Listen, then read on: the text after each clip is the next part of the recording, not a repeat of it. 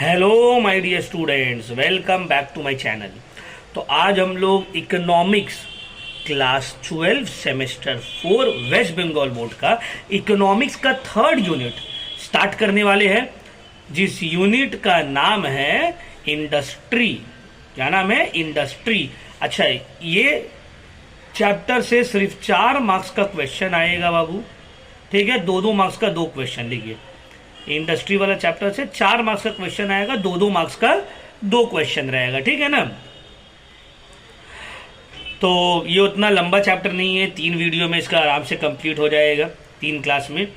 Chapter 1 and 2 बहुत लंबा था, उसके बाद देखो चैप्टर्स और उतना लंबा नहीं है, इसीलिए 1-2 में टाइम लगा, बाकी सब तो इजीली कंप्लीट हो जाएगा। देखो चैप्टर 4 देख रहे हो, शुरू होते साथ ही खत्म। तो ये तो शुरू होते साथ ही खत्म हुई है, वैसे ही है। देखो शुरू होते साथ ही खत्म है चैप्टर 4 भी। 5 थोड़ा सा इसमें भी 3 क्लास 4 क्लास तक लग जाएगा बस। तो होपफुली हम लोग दिसंबर में ही कंप्लीट कर देंगे ये वाला इकोनॉमिक्स वाला पोर्शन। ठीक है। अच्छा, अब देखिए, बोलना ये है, पहला चैप्टर जो था उसको हम पूरा फुल यूट्यूब में अपलोड किए। पहला वाला जो चैप्टर है वो यूट्यूब में पूरा अपलोड हुआ है, चाहे आप पेड बैच से हो या पेड बैच से ना हो, आपको पूरा नोट्स भी मिला, मनी बैंकिंग एंड इन्फ्लेशन का क्वेश्चन आंसर्स भी मिला, पूरा वीडियोस भी मिला। सेकेंड चैप्टर जो है फाइनेंसिंग ऑफ गवर्नमेंट बजट, उसमें आपको सिर्फ पहला वीडियो मिला, नोट्स एंड बाकी सिलेबस नहीं मिला।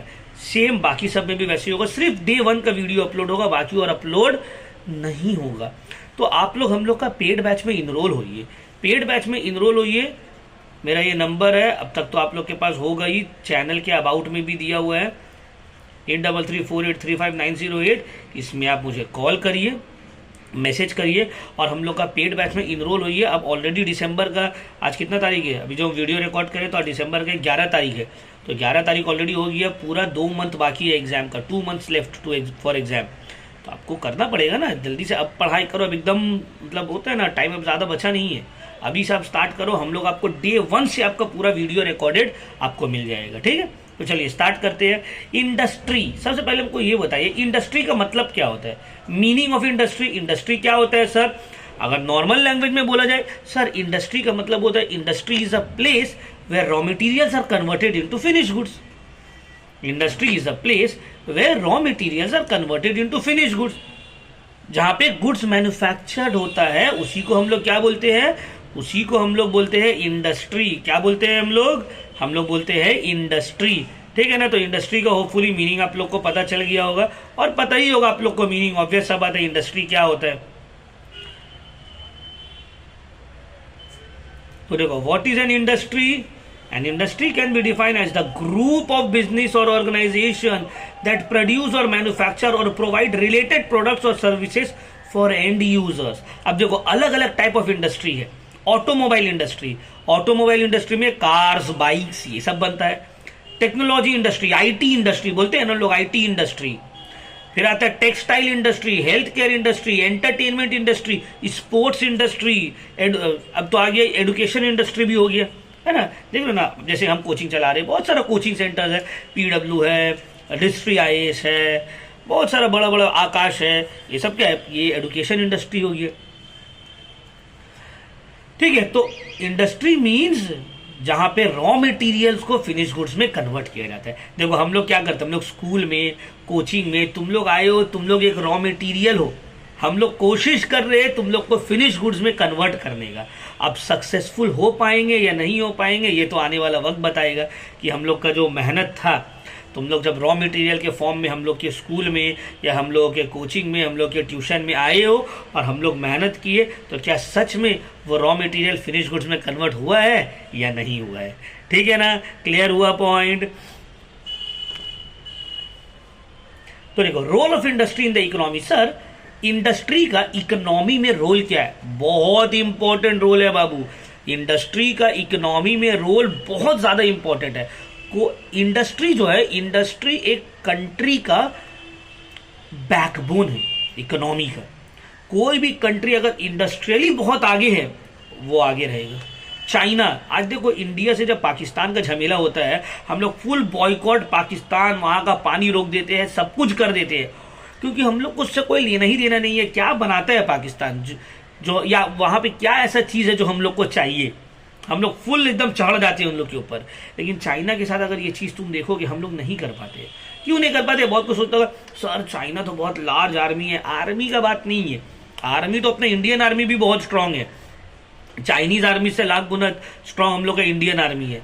हाँ, इक्विपमेंट के मामले में बोल सकते हो कि भाई इक्विपमेंट उन लोग के पास एडवांस्ड है, इंडियन आर्मी के पास इक्विपमेंट उतना एडवांस नहीं है। But hand to hand combat में इंडियन आर्मी का कोई मुकाबला नहीं है पूरा वर्ल्ड में, ये बात तो एकदम क्लियर है। बट हम लोग सिर्फ आर्मी के पॉइंट ऑफ व्यू से नहीं कि नहीं उसका आर्मी बड़ा है, टेक्नोलॉजिकली एडवांस है, इसीलिए हम लोग नहीं चढ़ते हैं या नहीं उन लोग के ऊपर ये करते, नहीं। चाइना इंडस्ट्रियली बहुत ज्यादा स्ट्रांग है, और बॉयकॉट चाइना हम लोग बोलते हैं लेकिन करना पॉसिबल ही नहीं है भाई। चाइना का फोन से रिकॉर्ड कर रहे हैं, चाइना का लैपटॉप से पढ़ा रहे हैं, चाइना का कपड़ा पहन के है, चाइना का जो है रॉ मटेरियल्स आ रहा है, चाइना का चश्मा आ रहा है, आधा से ज्यादा गुड्स तो वहीं से इंपोर्ट हो रहा है। और बाकी जो यहाँ मेड इन इंडिया, जैसी बोट एक बहुत फेमस कंपनी है, जो सब है ना भाई, एयरपोर्ट्स, उसका हेडफोन, स्पीकर, ये सब लोग यूज करते हैं। बोट क्या इंडिया में बनाता है? चाइना से माल मंगवाता है, अपना लेबल चिपका देता है, मेड इन इंडिया। समझ में आ रहा है? तो चाइना इतना स्ट्रांग इसलिए क्योंकि उसका इंडस्ट्री बहुत स्ट्रांग है, हर जगह उस वर्ल्ड में उसका सामान तुमको नजर आएगा। तो इसीलिए इंडस्ट्री का रोल कोई भी इकोनॉमी में बहुत ज्यादा अहमियत रखता है, बहुत इंपॉर्टेंट है। तो देखो, some important roles played by the industry in the economy. सबसे पहला सर, जनरेशन ऑफ एम्प्लॉयमेंट।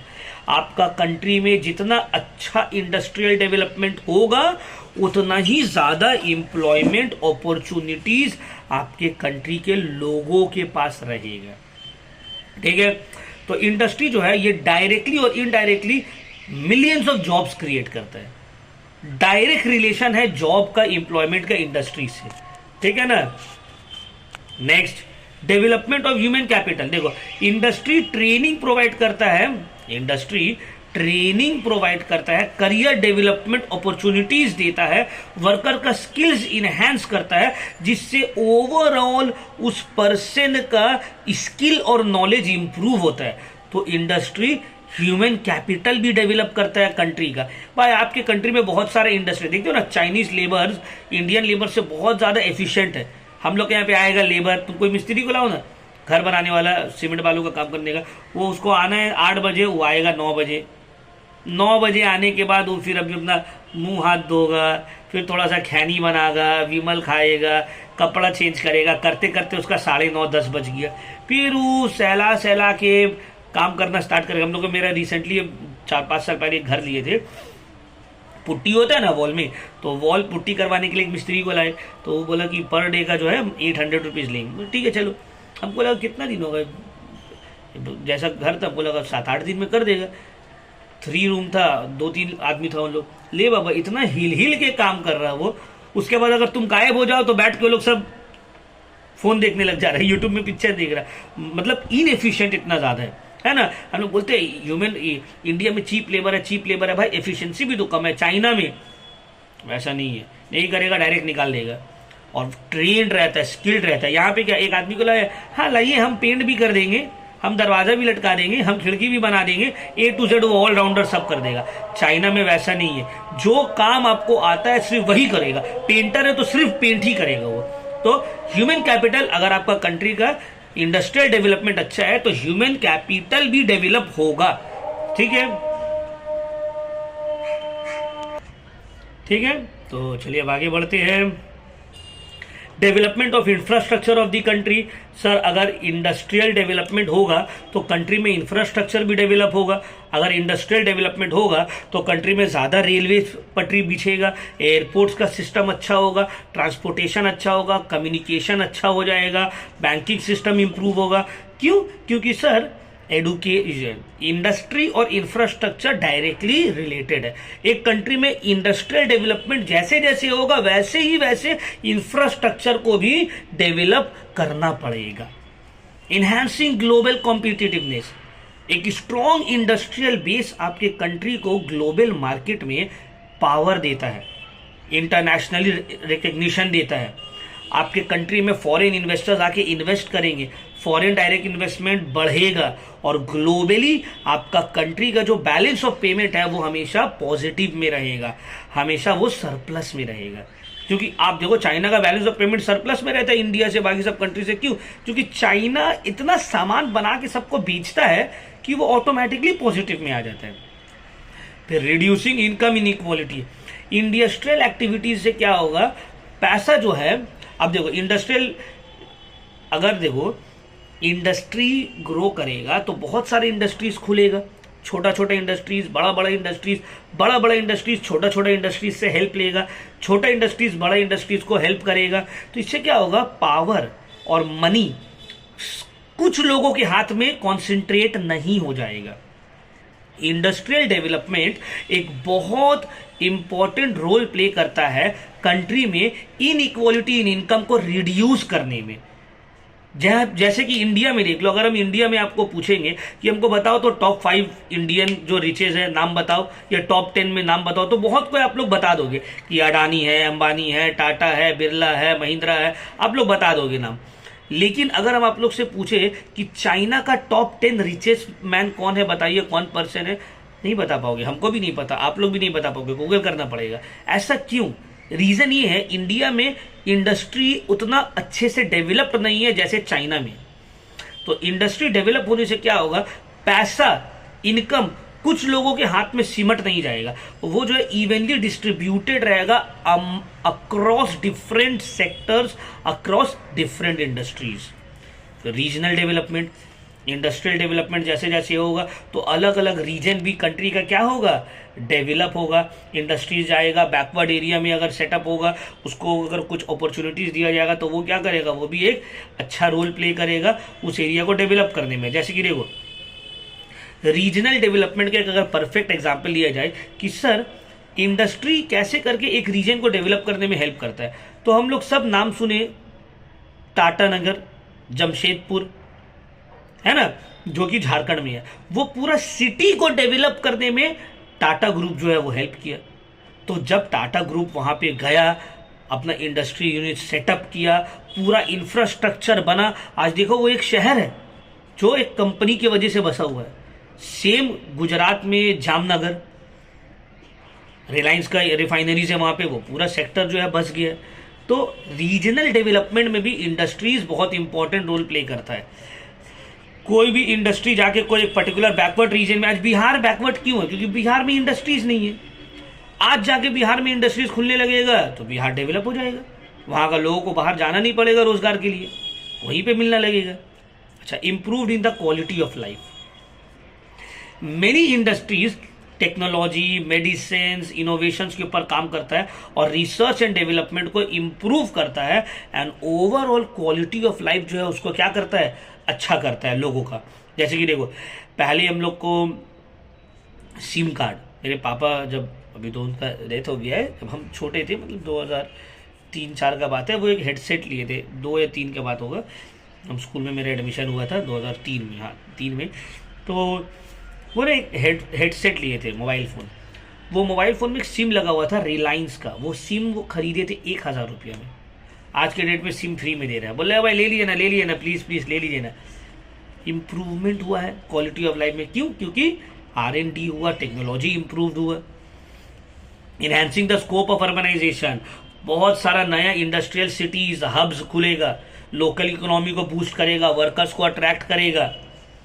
अच्छा, growth and development of the economy, industries जो है एक तरह का इंडस्ट्रियल डेवलपमेंट जो है ये बैरोमीटर है इकोनॉमिक डेवलपमेंट का ऑफ अ कंट्री। एक कंट्री का अगर इकोनॉमिक डेवलपमेंट हो रहा है नहीं हो रहा है देखना है तो उसका हम इंडस्ट्रीज को देखेंगे। अगर इंडस्ट्रीज ग्रो कर रहा है मतलब इकोनॉमिक डेवलपमेंट अच्छा हो रहा है, ठीक है। अच्छा, अब आते हैं क्लासिफिकेशन ऑफ इंडस्ट्रीज।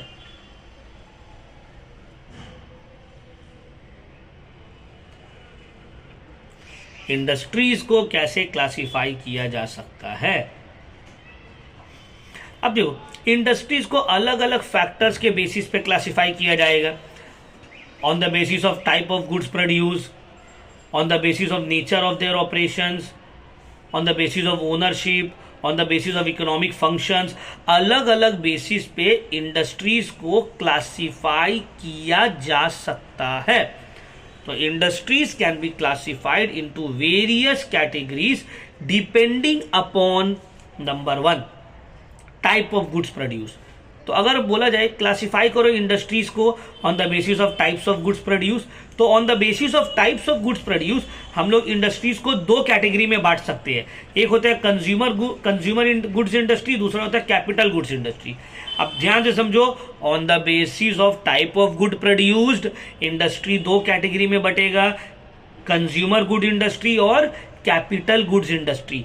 अब सर हमको ये बताइए कंज्यूमर गुड इंडस्ट्री क्या होता है, कैपिटल गुड इंडस्ट्री क्या होता है, वो हम बताते हैं। कंज्यूमर गुड इंडस्ट्री का मतलब होता है वो इंडस्ट्री, कंज्यूमर गुड इंडस्ट्री का मतलब होता है वो इंडस्ट्री जो वो गुड्स बनाता है जो अल्टीमेट कंज्यूमर यूज करता है। अच्छा, इसमें एक और दिया है इंटरमीडिएट गुड इंडस्ट्री, मेनली 2 होते हैं, कंज्यूमर एंड कैपिटल। अब देखो, कंज्यूमर गुड्स का मतलब होता है वो गुड्स जो अल्टीमेट कंजम्पशन के लिए बनाया जाता है। जैसे कि फॉर एग्जाम्पल, इसके एग्जाम्पल लेंगे टूथपेस्ट। अब टूथपेस्ट से क्या होगा, टूथपेस्ट से खाना बनेगा नहीं सर, टूथपेस्ट डायरेक्ट निकालना है, ब्रश करना है, तो ये हो गया consumer goods. Newspaper directly ultimate consumer के लिए है, समझ में आ रहा। बिरयानी कंज्यूमर गुड, डायरेक्टली बेचेंगे, खा लेगा कंज्यूमर। क्लोथ्स, ये जो कपड़ा पहन के हम, ठीक है, कंज्यूमर गुड्स। क्यों, इसको डायरेक्टली कंज्यूमर को बेच देना है, हम खरीद लिए, पहन रहे। तो वो goods, consumer goods means, consumer goods industries means those goods that are directly used by the end users to fulfil their needs. अब देखो, कंज्यूमर गुड्स भी 2 तरह के होते हैं, एक होता है durable and non durable. Durable consumer goods का मतलब होता है ना जिसका लाइफ स्पैन लॉन्गर है, बहुत दिन तक चल सकता है। और नॉन ड्यूरेबल कंज्यूमर गुड्स का मतलब होता है जिसको ज्यादा दिन तक स्टोर करके रखा नहीं जा सकता है। ड्यूरेबल गुड्स मतलब होता है नॉन पेरिशेबल गुड्स, जो खराब नहीं होगा जल्दी। और नॉन ड्यूरेबल गुड्स का मतलब होता है पेरिशेबल गुड्स, ज्यादा दिन तक रख नहीं सकते, खराब हो जाएगा। अब ड्यूरेबल गुड्स के एग्जांपल है automobiles, bikes, cars, mobile phones, laptops. वैसे थोड़ी हम अभी बाइक लिए 6 महीना बाद छड़ जाएगा बाइक, नहीं भाई। लेकिन नॉन ड्यूरेबल गुड्स में आ जाता है जैसे कि फूड, बेवरेजेस, क्लोथ्स। तुम सब्जी ली, अब बोले इसको रखते हैं 3 साल बाद बनाएंगे, भाई 3 साल तक सब्जी सड़ के गल के गायब हो जाएगा, है ना। दूध लिए, बोलते इसको रखते हैं अगला महीना पिएंगे, फट जाएगा वो। फ्रिज में भी 1 महीना तक रखना मुश्किल है। तो ये हो गया non durable goods. Consumer goods 2 तरह का। अब आते हैं कैपिटल गुड्स। कैपिटल गुड्स का मतलब होता है वो गुड्स जिसको यूज करके कोई दूसरा गुड्स बनाया जाएगा।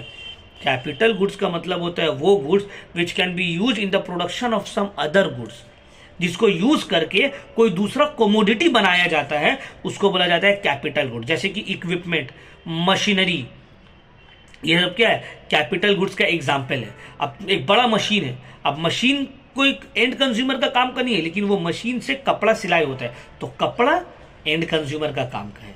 समझ में आया। तो capital goods means those goods which are termed as the produced means of production that are used to further the that are used further to produce other goods. For example, machinery, equipment, tools needed for manufacturing or construction sector. अब आते हैं intermediate goods. Intermediate goods का मतलब होता है वो goods that जिसको as a raw material use किया जाता है अदर गुड्स को बनाने के लिए। देखो, जिसको as a raw material use किया जाता है अदर गुड्स को बनाने के लिए, जैसे कि घर बनाना है तो सीमेंट, ईटा, पत्थर, बालू, रॉड, ये सब इंटरमीडिएट गुड्स है। देखो, कैपिटल गुड्स में क्या आ रहा है, वो गुड्स जिसको यूज करके दूसरा गुड्स बनाया जा रहा है। अब मशीन को मिलाकर कपड़ा थोड़ी बन रहा है, मशीन से कपड़ा बन रहा है। इंटरमीडिएट गुड्स में क्या होगा, गुड्स को मिलाकर यूज करके एक नया प्रोडक्ट बनाया जाएगा। तो इंटरमीडिएट गुड्स मतलब होता है वो गुड्स जिसको as a raw material use किया जाता है कोई दूसरा गुड्स को बनाने के लिए। समझ में आ रहा है, क्लियर हुआ पॉइंट, दोनों में डिफरेंस। कंफ्यूज नहीं हो जाना है सर, कैपिटल गुड्स भी तो आप वही बोले कि यूज करके दूसरा सामान बनाया जा रहा है, इंटरमीडिएट गुड्स भी तो आप वही बोले कि यूज करके दूसरा सामान बनाया जा रहा है। नहीं, कैपिटल गुड्स में हम बोले इसको यूज करके इसके मदद से कोई दूसरा गुड्स प्रोड्यूस हो रहा है। जैसे कि मशीन को यूज करके कपड़ा बनाया जा रहा है, तो मशीन को तोड़ के उसमें मिला थोड़ी दे रहे हैं, उसको इस्तेमाल कर रहे हैं। लेकिन इंटरमीडिएट गुड्स में उस सामान को रॉ मटेरियल के तौर पे यूज करके वो मिक्स्ड हो जा रहा है। समझ में आ रहा है। जैसे कि केक बना रहे हैं तो केक में मैदा लगता है, अंडा लगता है, मिल्क लगता है, तो ये सब as a raw material use हो रहा है, ये सब इंटरमीडिएट गुड्स हो गए। ठीक है। अच्छा, on the basis of ownership अगर हम मशीनरी को सॉरी इंडस्ट्री को क्लासिफाई करेंगे तो इंडस्ट्री कौन कितना कैटेगरी में क्लासिफाई होगा? एक होगा private sector, public sector and joint sector. Private sector का मतलब होता है वो इंडस्ट्री जिसको ओन्ड करता है, ऑपरेट करता है प्राइवेट कंपनीज, प्राइवेट इंडिविजुअल्स, जैसे कि टाटा, रिलायंस, हीरो, बजाज, फिर तुम्हारा महिंद्रा, कोटक, ये सब क्या है? ये सब है प्राइवेट सेक्टर इंडस्ट्रीज। तो प्राइवेट सेक्टर इंडस्ट्रीज का मतलब होता है वो सेक्टर जिसको ओन करता है और ऑपरेट करता है private companies and private individuals. और ये लोग ये करता क्यों है? प्रॉफिट मोटिव के लिए करते हैं, प्रॉफिट मोटिव के लिए। एग्जाम्पल इतना सारा है। ठीक है। फिर आता है पब्लिक सेक्टर। पब्लिक सेक्टर का मतलब होता है वो industries which is owned and operated by the government. कौन सा government? Either the central government और द स्टेट गवर्नमेंट और बोथ। वो सेक्टर जिसको ओन कर रहा है प्राइवेट सेक्टर गवर्नमेंट, अब चाहे वो सेंट्रल गवर्नमेंट ओन करे या स्टेट गवर्नमेंट ओन करे या दोनों मिलकर, जैसे कि इंडियन रेलवेज पब्लिक सेक्टर है, आरबीआई पब्लिक सेक्टर है, एसबीआई पब्लिक सेक्टर है, West Bengal transport corporation public sector है, वेस्ट बंगाल ओन करता है, वेस्ट बंगाल एसईडीसीएल, जो लोग कोलकाता से बाहर से होंगे उन लोग को जो इलेक्ट्रिसिटी, हम लोग को तो यहाँ सीएससी सप्लाई करता है प्राइवेट सेक्टर, बट जो बैंडल साइड में है और जो हावड़ा साइड में वहाँ पे देखना WBSEDCL West Bengal state electricity department supply करता है ना। कमेंट में बताओ किसके किसके घर में WBSEDCL से इलेक्ट्रिसिटी सप्लाई होता है बंगाल में, कमेंट करके बताओ। ठीक है। Oil and natural gas, BSNL, ONGC, ये सब जो है पब्लिक सेक्टर इंडस्ट्रीज है। फिर आते हैं joint sector. Joint sector industries का मतलब होता है वो इंडस्ट्री जहां पे both public sector and private sector मिलकर ऑपरेट करता है। जॉइंट सेक्टर का मतलब होता है वो इंडस्ट्री जहां पे both public sector and private sector मिलकर ऑपरेट करता है। तो वो इंडस्ट्री जहां पे दोनों मिलकर ऑपरेट करेगा उसको हम लोग क्या बोलते हैं? उसको हम लोग बोलते हैं जॉइंट सेक्टर। उसको हम लोग बोलते हैं जॉइंट सेक्टर। एग्जाम्पल दीजिए सर, इसका एग्जाम्पल दे सकते हैं जैसे कि IRCTC, नाम सुने होंगे आप लोग, एकदम सुने होंगे। इंडियन रेलवेज में IRCTC का नाम सुने हो ना भाई, ऑब्वियसली। अब ये मत बोलना नहीं सर हम तो नहीं सुने हैं, नहीं सुने हो तो मतलब झूठ बोल रहे हो।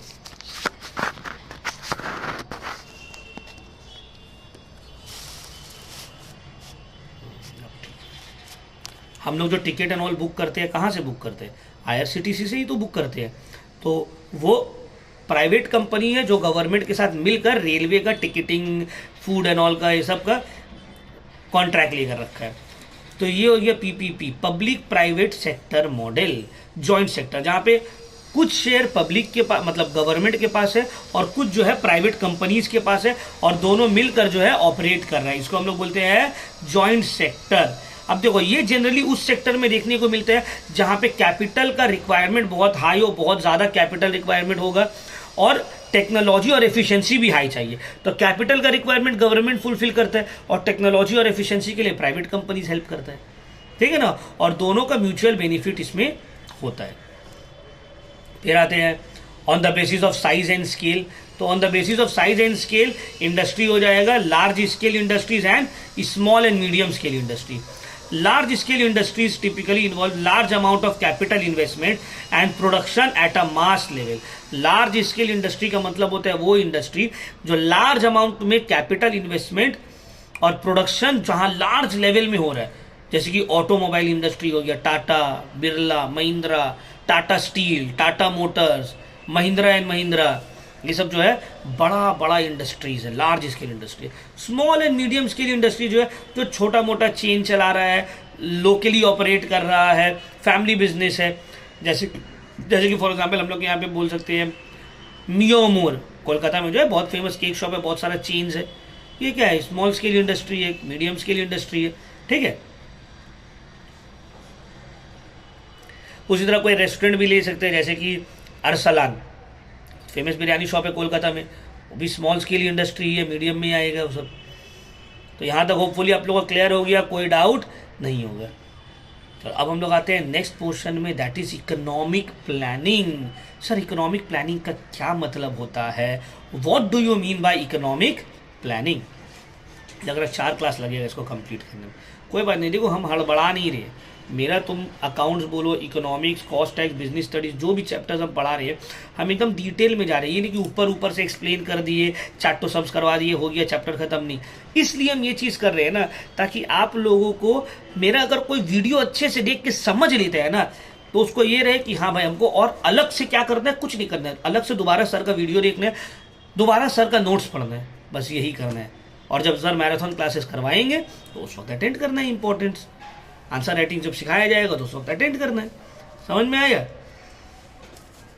तो इसीलिए हम चाहते हैं स्पीड में पढ़ा सकते हैं, बट हमको तो पता है भाई सिलेबस हम आराम से कंप्लीट कर ही लेंगे। ज़रूरत भाई मेरा खुद का तो क्लास है, कौन सा हम कहीं पे पढ़ा रहे हैं कि नहीं हमको 4 ही क्लास में कंप्लीट करना है। भाई मेरा है 4 की जगह 6 लगेगा, 2 एक्स्ट्रा क्लास दे देंगे, क्या है, 2 घंटा 1.5 घंटा एक्स्ट्रा चले जाएगा मेरा। आप लोग का तो सही से कंप्लीट हो जाएगा ना, तो क्या ज़रूरत 1-1.5 घंटा 2 घंटा बचा के आप लोग को शॉर्टकट में पढ़ाने का। एकदम डिटेल में पढ़ाना है। और डिटेल मतलब इतना ज़्यादा डिटेल नहीं कि सीए का पढ़ाई पढ़ा दे रहे, कोई डिटीचर बहुत ज़्यादा डिटेल में पढ़ा दे रहा है, नहीं वैसे भी नहीं करना। आपको जो 12 का सिलेबस है उसको डिटेल में पढ़ाना है।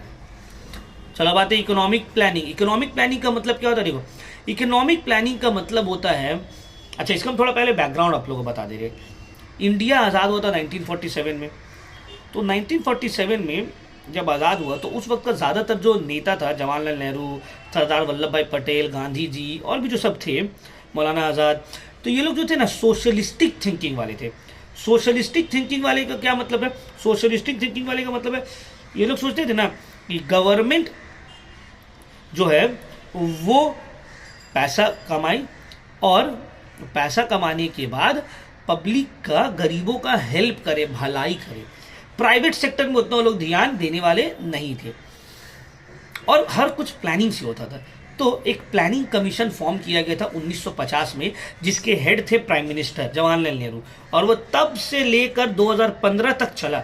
2015 में जब बीजेपी का गवर्नमेंट आया तो प्लानिंग कमीशन को रिमूव करके वो लोग एक नीति आयोग, NITI, जो हम लोग चैप्टर नंबर 5 में डिटेल में पढ़ेंगे, नीति आयोग रिप्लेस कर दिया प्लानिंग कमीशन। और इसका भी काम लगभग सेम ही है जो प्लानिंग कमीशन का था, बट प्लानिंग कमीशन में थोड़ा रिजिडिटी था। नीति आयोग क्योंकि अब देखो 70-75 साल हो गया, 80 साल हो गया, वक्त बदल रहा है। तो वक्त जब बदल रहा है तो बदलता वक्त के लिए इसको किया गया है, ठीक है, बदलता वक्त के लिए इसको किया गया है। इसको हम लोग डिटेल में पढ़ेंगे क्या है नहीं, तो ठीक है। तो प्लानिंग कमीशन, अब प्लानिंग कमीशन क्या करता था ना, 5 साल में एक गोल सेट करता था। 5 साल में कंट्री को इस चीज़ के ऊपर फोकस करना है, ये सेक्टर को आगे बढ़ाना है, इतना डेवलप होना है, इतना ग्रोथ अचीव करना है। तो इसी सब को बोला जाता था economic planning. Economic planning is the process through which a government और any authority outlines a structured strategy बनाया जाता था for managing and directing the economic activities of a country over a specified period to achieve predetermined objective और economic goals. एक government या planning authority एक structure manage करता था और उसके हिसाब से फिर काम करता था, ठीक है, to achieve predetermined objectives और इकोनॉमिक गोल। तो एक प्लान होता था, एक स्ट्रैटेजी बनाया जाता था, एक ऑब्जेक्टिव होता था, उस ऑब्जेक्टिव को फुलफिल करने के लिए प्लान को डिजाइन किया जाता था। कौन करता था? गवर्नमेंट करता था।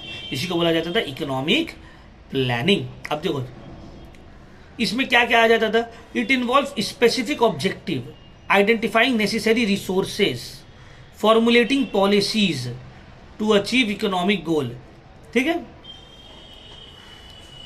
Economic planning focuses on allocation of resources, generation of employment opportunity की, रिसोर्सेज को, कंट्री का जो रिसोर्सेज है उसको कहाँ कहाँ लगाएंगे, एम्प्लॉयमेंट जनरेट कहाँ से होगा, वेल्थ और इनकम लोगों तक कैसे डिस्ट्रीब्यूट करना है, कंट्री को कैसे ग्रोथ और डेवलपमेंट के पाथ में लेकर जाना है। तो ये सब इकोनॉमिक प्लानिंग में होता था। प्लानिंग 2 तरह का होता था मेनली, एक होता था सेंट्रलाइज्ड प्लानिंग, दूसरा होता था इंडिकेटिव प्लानिंग। अब क्या मतलब है सेंट्रलाइज्ड प्लानिंग का और क्या मतलब है इंडिकेटिव प्लानिंग का? अब देखो centralised planning, in this system the government controls the majority of economic activity like allocation. देखो अगर नॉर्मल लैंग्वेज में बोला जाए, अगर सोशलिस्ट कंट्री है, सोशलिस्ट कंट्री मतलब जहां पे गवर्नमेंट का कंट्रोल रिसोर्सेज के ऊपर है, तो वहां पे सेंट्रलाइज प्लानिंग होता था। गवर्नमेंट डिसाइड करता था कौन सा एक्टिविटीज में कितना रिसोर्सेज जाएगा, कौन सा सेक्टर में कितना रिसोर्सेज जाएगा, किस तरह से मैकेनिज्म पूरा सिस्टम काम करेगा। इस टाइप ऑफ प्लानिंग को बोलते हैं सेंट्रलाइज प्लानिंग। जैसे कि चाइना, रशिया, वियतनाम, क्यूबा, ये सब में होता है सेंट्रलाइज प्लानिंग। इंडिया में भी पहले होता था। फिर आता है इंडिकेटिव प्लानिंग। इंडिकेटिव प्लानिंग जो है ये मिक्स्ड इकोनॉमी में देखा जाता है, जहां पे गवर्नमेंट गोल सेट करता है, गाइड देता है ताकि इकोनॉमी उस तरफ बढ़े, लेकिन डायरेक्टली इन्वॉल्व नहीं हो जाता है। जैसे कि फॉर एग्जांपल अभी देखो एविएशन सेक्टर में बहुत झमेला चल रहा है इंडिया का। अब गवर्नमेंट चाहेगा ना एविएशन सेक्टर में और भी ज्यादा प्लेयर्स लोग उतरे, ज्यादा कंपनीज आए, अपना प्लेन उड़ाए। अभी 2 ही हो गया, एयर इंडिया और इंडिगो, तो और भी ज्यादा आए। तो इसलिए गवर्नमेंट अब क्या करेगा, अपना कंपनी बना के प्लेन तो नहीं उड़ाएगा। गवर्नमेंट इस सेक्टर में इंसेंटिव्स देगा, सब्सिडी देगा, टैक्स का छूट देगा। गवर्नमेंट क्या करेगा, प्राइवेट प्लेयर्स को, अडानी अंबानी को मोटिवेट करेगा कि भाई तुम लोग भी अपना प्लेन उड़ाओ ना, प्लेन लाओ, तुम लोग भी जियो एयरलाइंस खोलो, अडानी एयरलाइंस खोलो। तो इसको बोलते हैं इंडिकेटिव प्लानिंग, जहां गवर्नमेंट इंसेंटिवाइज करता है कि आप एक पर्टिकुलर सेक्टर में काम करिए। जैसे गवर्नमेंट चाहता था कि लोग सोलर की तरफ आए, इलेक्ट्रॉनिक व्हीकल्स खरीदे, तो सोलर में सब्सिडी देने लगा कि 2 लाख रुपए सोलर खर्चा हो रहा है बनाने में, लगाने में, जब तुमको 1 लाख देना होगा 1 लाख हम दे रहे। इलेक्ट्रॉनिक व्हीकल का दाम 1 लाख रुपए है, जब तुम 50,000 दो 50,000 रुपये हम दे रहे। तो ये सबको बोला जाता है इंडिकेटिव प्लानिंग। ये मिक्स्ड इकोनॉमीज में आता है, जैसे इंडिया, पाकिस्तान, बांग्लादेश में ये सब में देखा जाएगा। गवर्नमेंट थोड़ा बहुत इंटरवीन करेगा, लेकिन पूरा कंट्रोल गवर्नमेंट का नहीं रहेगा, गवर्नमेंट इंसेंटिवाइज करेगा। ठीक है ना।